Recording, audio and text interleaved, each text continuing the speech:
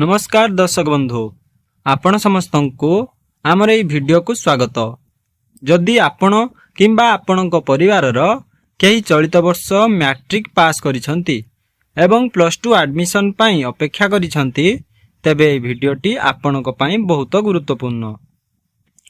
ओडिशा रे चलित वर्षर +2 एडमिशन प्रक्रिया आसंता जून 26 तारिख आरंभ होबाकू जाउची।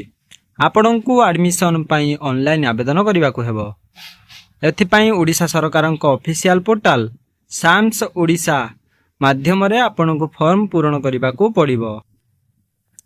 आसंतु जानिबा एहार सहज प्रक्रिया बा प्रोसेस कोन। प्रथमे साम्स ओडिशा वेबसाइट को जाई निजर अकाउंट रजिस्ट्रेशन करंतु।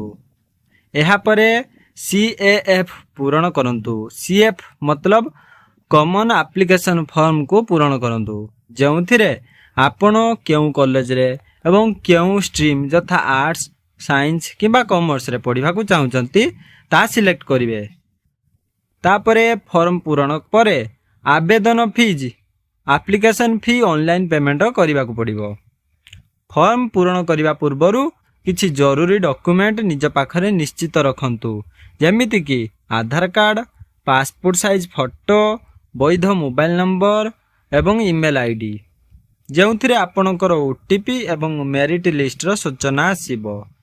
एहा सहित आपणकर 10म श्रेणी रो मार्कशीट एवं सर्टिफिकेट मध्य पाखरे रखंतु। तेबे मने रखंतु जून 26 रु आवेदन आरंभ हेउछि। शेष समय को अपेक्षा न करी शीघ्र आवेदन करि दियंतु। जदि आपणकर किछि प्रश्न थाए तेबे कमेंट बॉक्स रे पचारि पारिबे। एही भिडियोटी को निज सांग मानक सह निश्चित शेयर करंतु। धन्यवाद। जय जगन्नाथ।